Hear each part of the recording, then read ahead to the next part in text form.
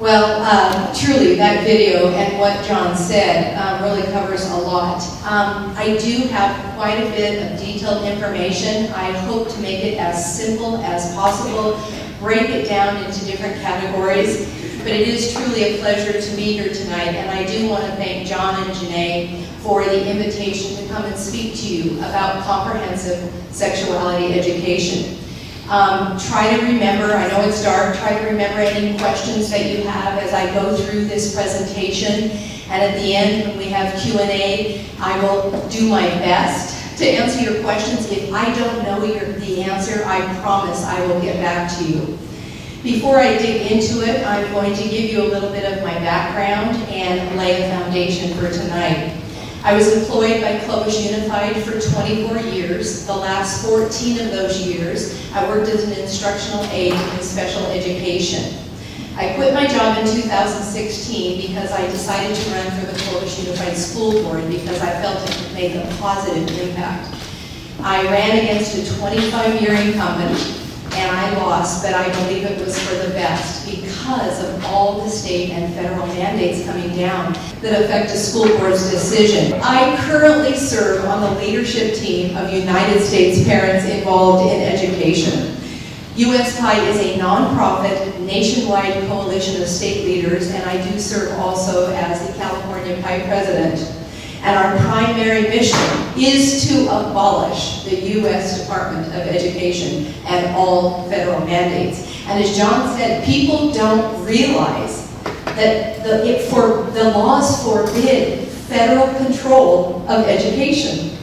I actually, as most people saw, I don't know if you can see this, I did bring a trifold pamphlet of USPI that gives a little bit more information along with our website, and for a very small donation of 50 cents, please feel free to take one of those.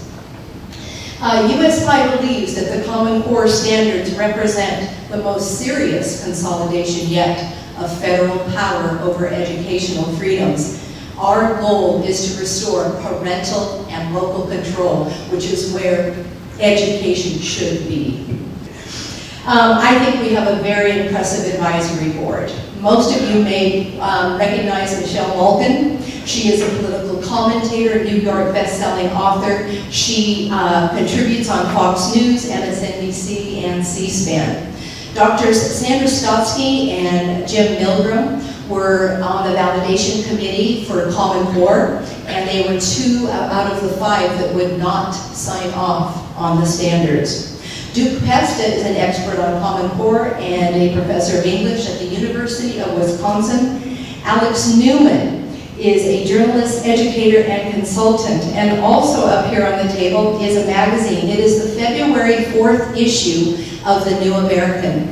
It contains a 37-page report on education, and it is a must-read. I have, I think, maybe 10 left, and the donation is $3. And last is Zia Warman. He is a former senior policy advisor at the U.S. Department of Education, and he served on the California Academic Content Standards Commission that evaluated the Common Core standards for California. Now, I am passionate about education. And another reason I quit my job 3 years ago is because I could no longer be a part of the system that I personally believe is dumbing down our children. I now tutor systematic phonics in my home, and I absolutely love the joy I see in a child's face when he begins to read. After researching Common Core for years, I've come to believe they were more than just standards. I've concluded that Common Core was a Trojan horse used to subvert our education system and usher in so much of what we see today. Despite the changes in those standards and the curriculum that were supposed to make us competitive with other nations, student outcomes have not improved. And even Bill Gates, who contributed $2 billion to the Common Core standards, admits it's not working. Next slide, please. According to the latest Best States 2018 survey by U.S. News and World Report, California students remain in the bottom of academic excellence, ranking 37th in K through 12. One source ranked California 49th, one source ranked them 44th. In the February issue of USA Today in 2018, we actually were ranked 35th. But as you can see, 27% of 8th graders were proficient in math. 28% were proficient in reading. California has the largest network of public schools in the country and also one of the worst performing. Only 29% of 4th graders in the state are proficient in math, and only 28% are proficient in reading, each the lowest third share of any state. While students may not be faring so well with the basics, California has mandated yet another new set of standards, comprehensive sex education, and has begun educating children as young as kindergarten in sexual orientation and gender identity. I know most of you have not seen it, but you most likely will soon. So where did comprehensive sexuality education begin? It began as a United Nations sponsored program developed in collaboration with Planned Parenthood International, Advocates for Youth, and SICUS, Sexuality, Information, and the Educational Council of the United States. UNESCO's 2009 International Guidelines on Sexuality maintain that children have a right to receive instruction in sexual pleasure, masturbation, and homosexuality, among other things. In early 2018, it was UNESCO that released its comprehensive sexuality education standards for use in every school, in every country on the earth, beginning in kindergarten. So it's not just California that is dealing with this, it is all over the world. We have friends in Kenya, and they are seeing it. The Teet Munarborn, the UN first, he's from Thailand, he is the first LGBT independent expert on sexual orientation and gender. And you can see his quote, "Children's attitudes on these issues are to be measured and tracked with the standards including attitudinal outcomes. It should permeate the entire curriculum from the beginning of formal schooling. When it comes to immersing children in the LGBT ideology, the younger, the better." I want you to remember that for later on. The younger, the better is also a motto of Planned Parenthood. Although I have my share of concerns with public education in general, nothing has alarmed me as much as Senate Bill 48, the Fair Education Act, Assembly Bill 329, the California Healthy Youth Act, and the Health Education Framework. Each is very different and independent, but they are working together to promote a progressive ideology in our classrooms. They have also created a great deal of confusion and prompted many questions that I will attempt to clarify tonight. I am not an expert, but I am very well studied. Parents, teachers, and community members are all trying to make sense of all the mandates coming down from the state. We will start with Senate Bill 48 that was passed by the California legislature in 2011. SB 48, the Fair, Accurate, Inclusive, and Respectful Education Act, requires schools to include the historical contributions of a wide variety of individuals, including LGBT figures. I want you to remember, historical contribution. The law also requires all instructional materials to be free from discrimination and accurately portray the diversity of our society. This is an excerpt from the 3rd grade social studies book, My World Interactive by Pearson Publishing. It details the life and work of Harvey Milk. Harvey Milk was a political leader and a gay activist in the early 1970s. Gay men are attracted to other men. Milk was elected to a local government office in San Francisco in 1977. He was one of the first elected officials in history to tell the public that he was gay. Milk worked hard to protect gay and lesbian rights. Lesbians are women who are attracted to other women. Milk's work also made it easier for gay, lesbian, bisexuals, those attracted to both men and women, and transgender groups that stand up for their rights. Now, it just so happens that it's Harvey Milk Day tomorrow. It is, and there's more to Harvey Milk than just this. 2 biographies about Milk reveal that he lied for years about his military service, and he was a sexual predator of teen boys, those that were runaways, those that had drug problems. Milk also appears in 2nd grade textbooks and 5th grade textbooks. This is not appropriate material for children, and as I mentioned before, this goes beyond the mandates of the law. In the same book, Chaz Bono is mentioned as a transgender, but without a significant contribution. In 4th grade social studies books, students are introduced to a gay rights timeline. Sally Ride, George, is it Takei or Takai? He plays Sulu on Star Trek? Takai, okay. And Charlie Parker's. Sally Ride is now described as the first American lesbian in space. George Takei is recognized as a gay rights activist. And Charlie Parker's, which is kind of an interesting story if you haven't heard it, he was a stagecoach driver in the early 1800s. Well, when Charlie died, the coroner went in, and Charlie was a woman. And Charlie had lived as a man for 30 years. But they're now suggesting in the books that he was a transgender. Well, back then it was a highly revered position. And personally, I think she was like me. She was a tomboy, and she was going to be a stagecoach driver. But back then, there is no way a woman could have that job, so she disguised herself. So I think they're taking a lot of liberty on that one. Except for Sally Ride, I failed to see the historical contributions that the law requires of the others I mentioned. AB 329, the California Healthy Youth Act, also known as Comprehensive Sexuality Education, was passed in 2015 and became law on January 1st, 2016.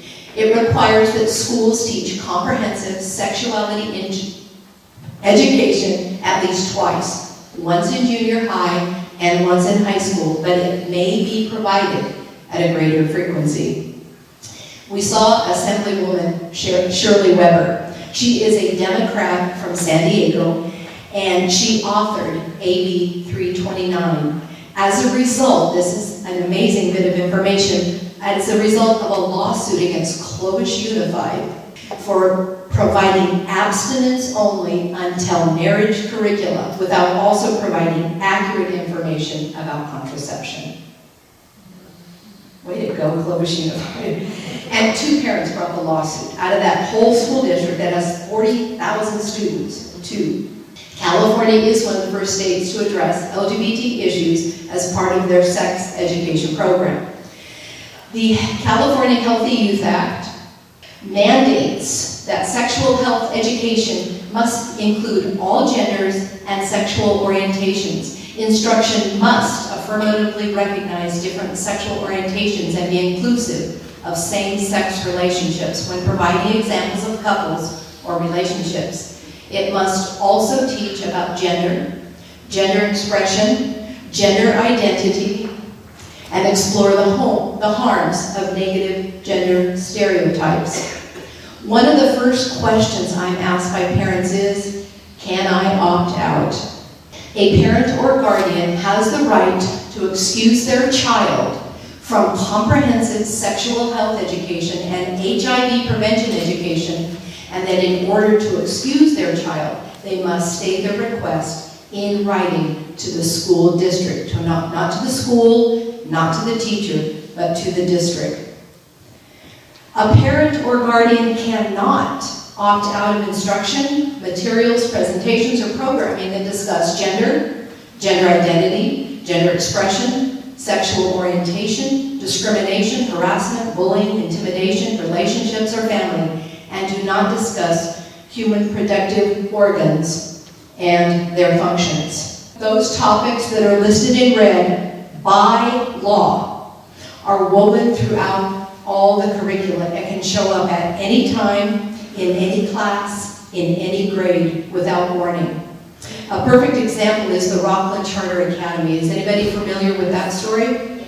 Okay. So up north near Sacramento, in a kindergarten class on the last day of school in June of 2017, the parent had worked with the kindergarten teacher, and she read to the class the book, I Am Jazz. which is a true story about a transgender child.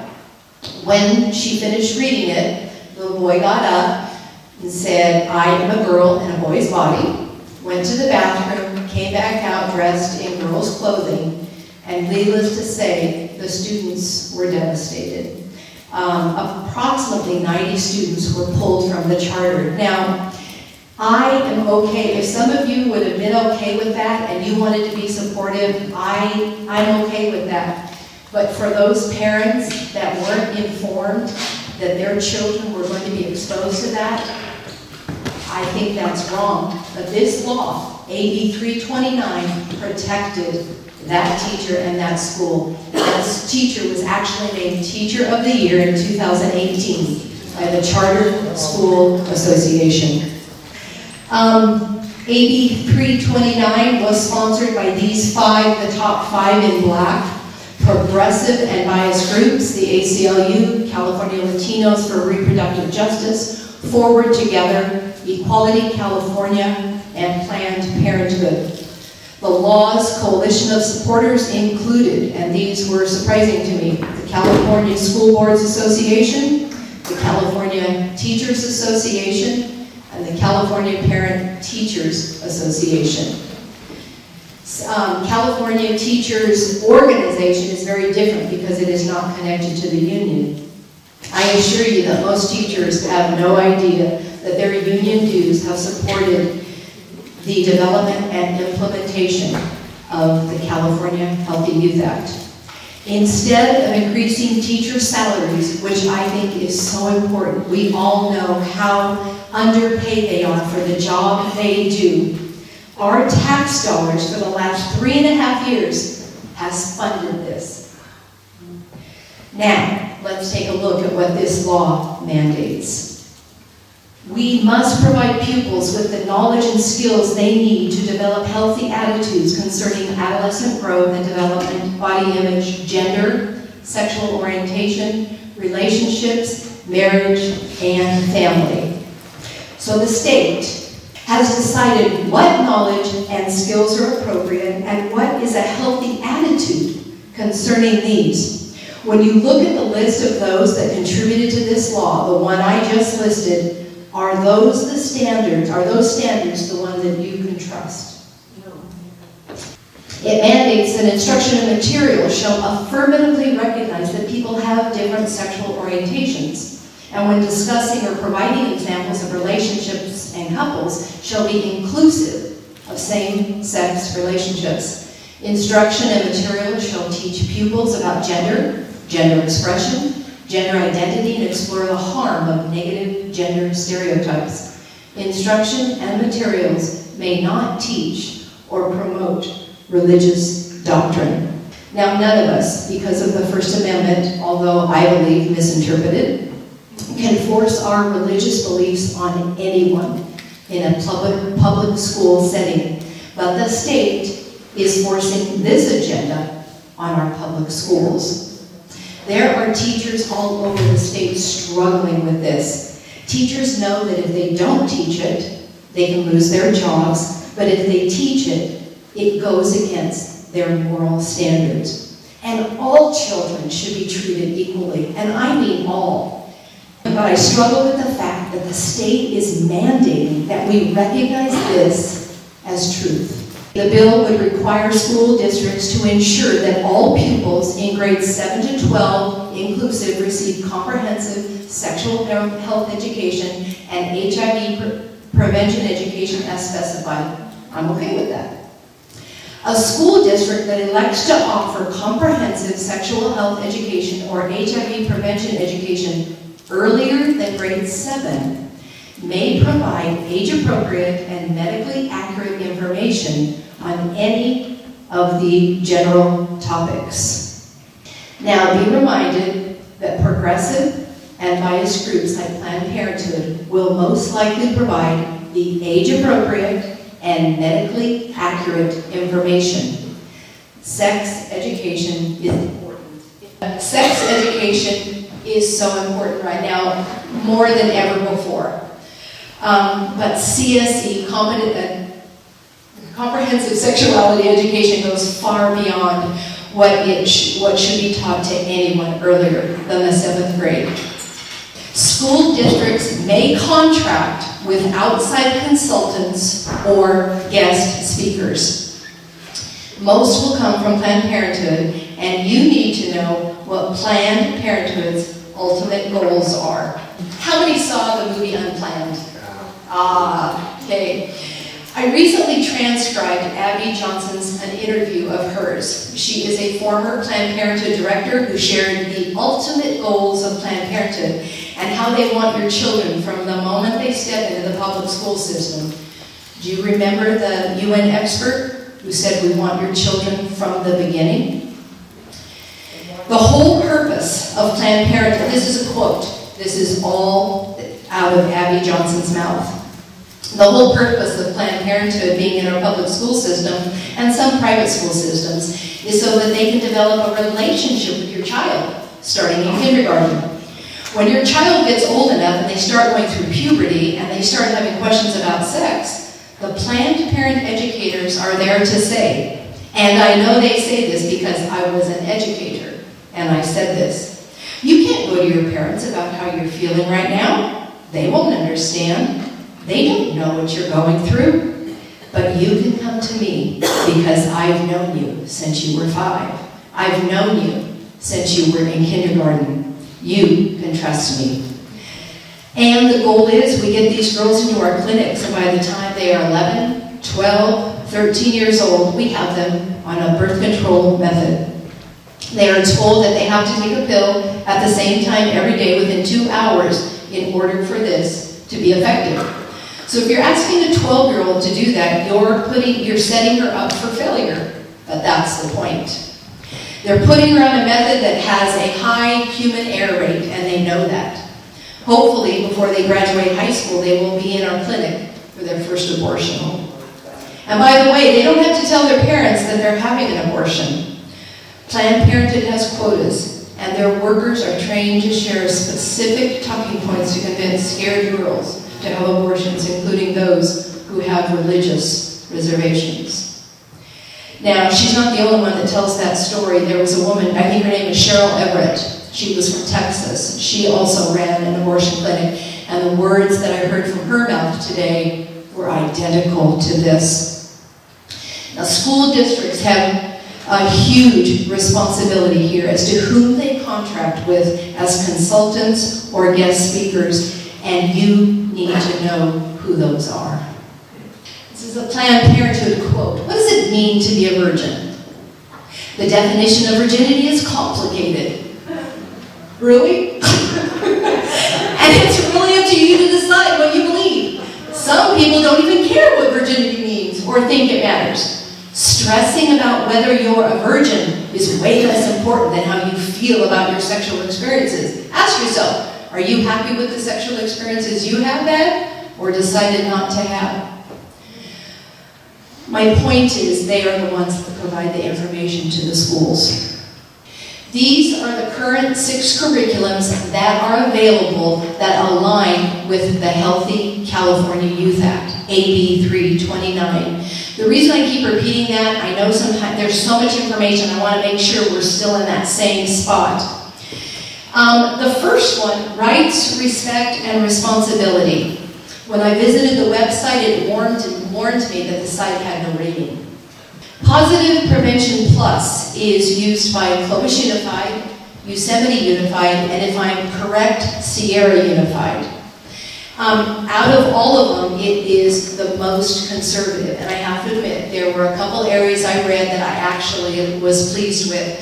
It actually had 5 pages as a guideline for parents. How to talk to your kids about sexuality, HIV, AIDS, how to take advantage of teachable moments. And so I was pleased with that, because as parents, we've kind of dropped the ball in that area. And then under contraception and community services, it said, when a student suggests sexual abstinence, emphasize this as a method which is always available all the time. So that's a plus on that one.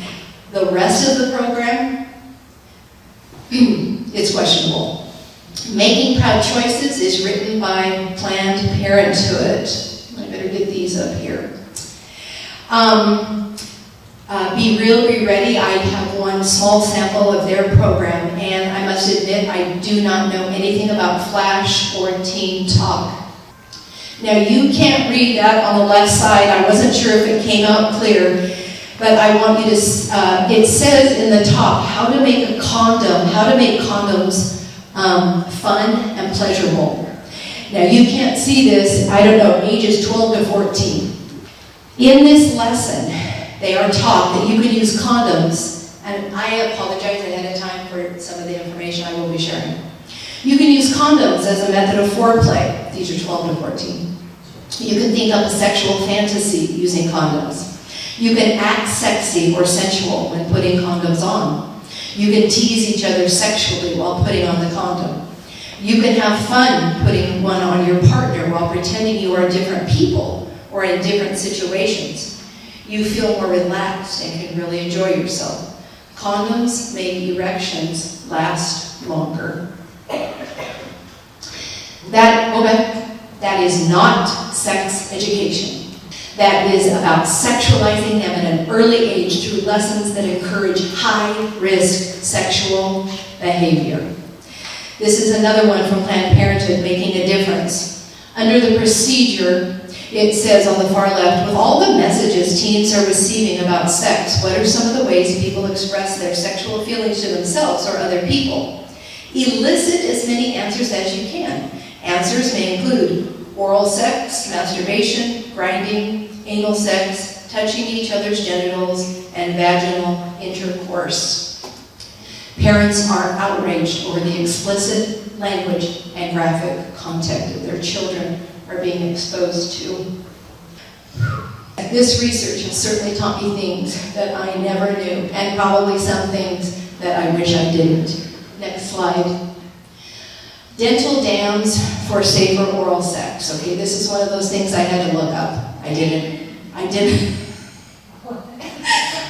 know what it was. Actually, if you've ever had oral surgery and they put that plastic around your mouth. Root canal, man. Okay, root canals. A dental dam is made out of latex and used as a barrier between a person's mouth and their partner's genitals. Students are taught that if they don't have access to a dental dam for oral sex, use a condom. Just cut it in half and spread it out. Next slide, please. Oh, right, okay, so that is the end of the law, the Healthy California Youth Act. The Health Education Framework. This caused the most confusion. But what I want to emphasize, I'm going to share what's in here, but it's not mandatory for a school district to use. Yeah. No, well, frameworks aren't necessary, they're a guideline. But what I want you to understand, if you just look at what the law is mandating, that's mandated, that is a done deal, and that has to be included. So, finally, the California Education Framework. Frameworks are written for all subjects, from math and science and history to language arts. They are not curriculums, and school districts are not required to use the materials they recommend, but they are considered a strong guidance for districts and schools as they adopt their curriculums. Although it is optional, it aligns with the California Healthy Youth Act, and if a district, a school, or a teacher chooses to implement any portion of the framework, the law protects them. School districts have the ability to choose what is appropriate for their local population, so I want you to be encouraged by that. For months now, all up and down the state, parents have challenged the framework. Most of the opponents were mobilized by two groups, the Fresno-based California Family Council and the Orange County Informed Parents of California. You can't see this, but this is a trifold flyer. It is up on the table. It was produced by Informed Parents of California, and it does not cover SB 48, where the LGBT is inclusive in our history books. It does not cover the California Healthy Youth Act, but it does cover the framework. Informed Parents of California organized 3 rallies at the state capitol. I attended the March rally, And I also was one of 110 people that spoke before the Instructional Quality Commission. And when all of us got through and finished speaking, Dr. Gregson, who is the executive director of the IQC, said, "Thank you very much, but we're moving forward with the framework." The outcome was predetermined. I believe the framework is far from age-appropriate or medically accurate. A perfect example is anal and oral sex are recommended as a way of avoiding an unwanted pregnancy. But there are no condoms that are approved for anal sex. On May 8th, the Board of Education approved the framework despite another 200 people that pleaded with them to reject it. The board did agree to remove 4 books. I'm thankful for that, I guess. They removed it from the recommended reading list, but the framework still includes books with similar content. I'm going to read something about the book called Sex, the All You Need to Know Sexuality Guide to get you through your teens and 20s. Now, the reason I'm going to read this to you is the IQC, the Instructional Quality Commission, approved this as acceptable material. Those are the words, acceptable. This book presents high schoolers with a detailed how-to sex manual that includes instruction on anal sex for all sexual orientations, bondage, domination, sadomasochism, body fluid, which is urinating on each other, blood play, and fisting. That was approved. It has been removed. I do have other samples of books that were not removed, and they're graphic. Dr. Gregson is the one I said that said, "Thank you so much for coming and sharing your comments, but we're moving forward." She said, "I think that people hear the word transgender or gender identity in guidance for kindergarten through 3rd grade and they think the worst. It's really about a civil rights issue. And if I remember correctly, has anybody heard of, is it HR 5, House Resolution 5? They are actually trying to make this a part of the Civil Rights Act of 1964.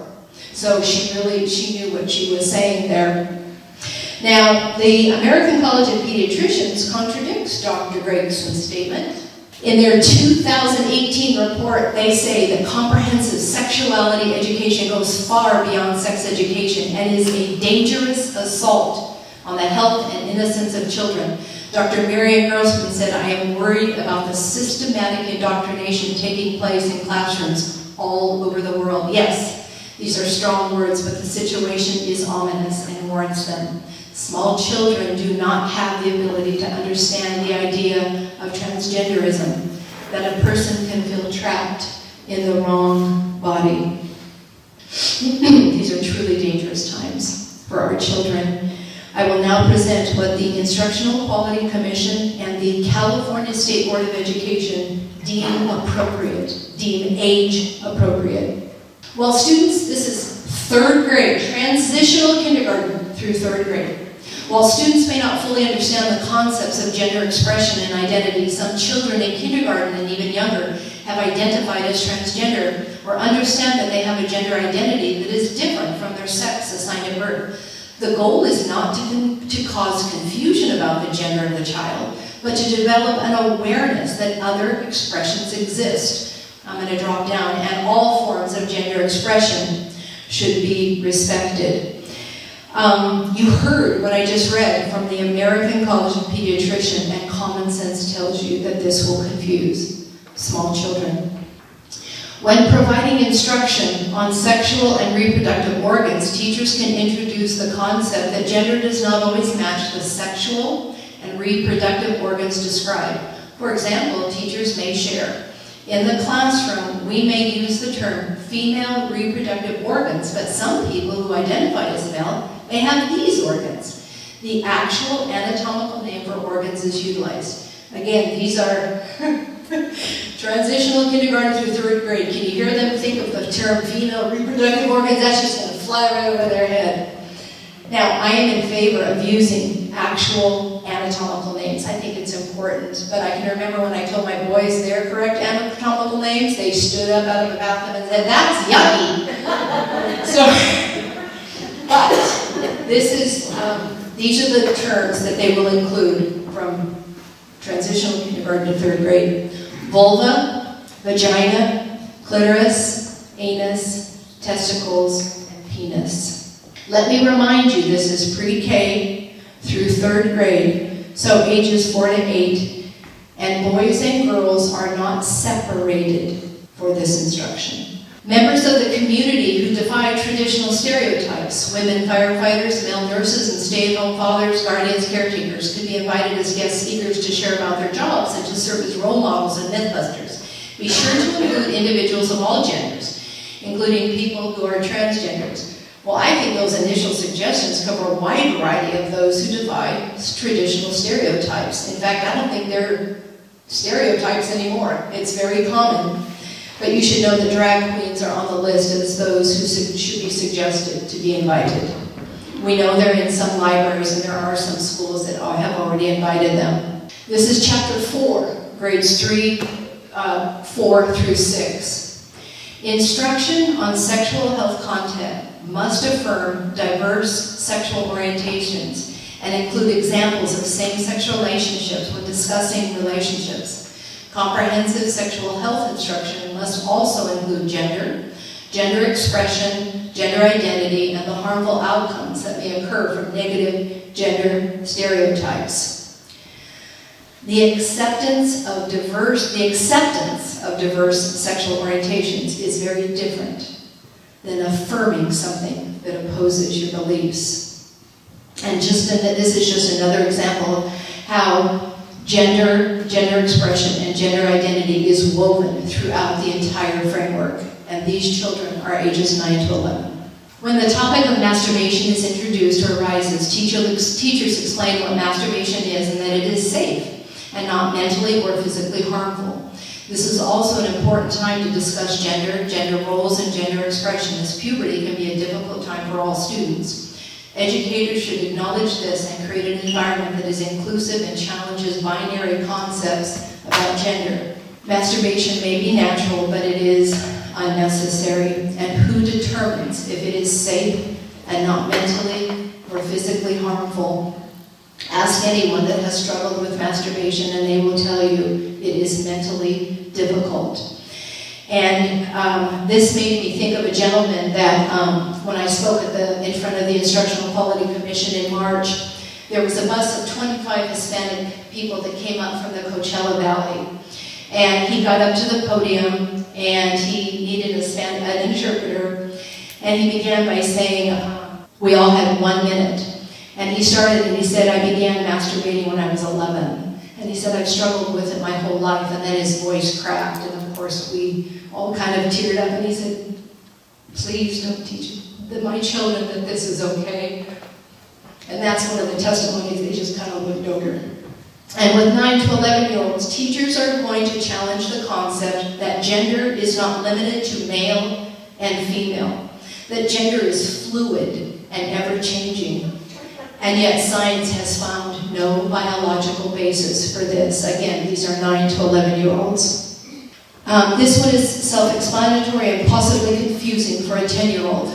5th grade students will have an opportunity to learn that gender is not strictly defined by physical anatomy or sex assigned at birth. Rather, students understand that gender refers to attitudes, feelings, characteristics, and behaviors that a given culture associates with being male or female, sometimes labeled masculine and feminine. Moreover, a person's gender identity refers to their sense of self, while gender expression refers to their outward gender presentation, including physical appearance and behaviors. This is chapter 5. This is of 7th and 8th grade.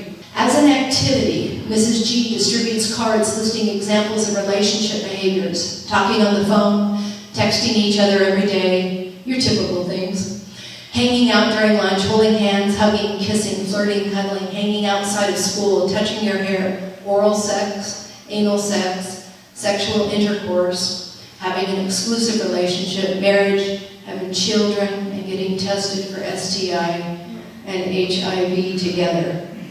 I know that things have changed drastically and sex education is necessary, but this could open the door to risky behaviors and steal the innocence of so many, even though these are junior high students. What's STI? What's STI? Sexually transmitted infections. We've changed that.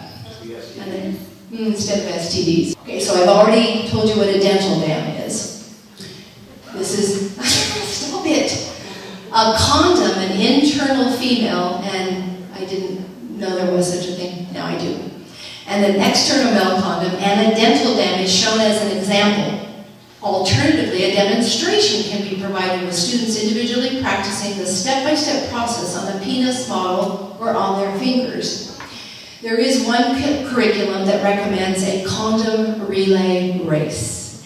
And the teacher brings out two anatomically correct penises erect, and she puts one on one side of the classroom and one on the other, and the students line up. She first uses, I think it's a larger condom on her arm, and she goes through the exact steps by steps on how to put it on.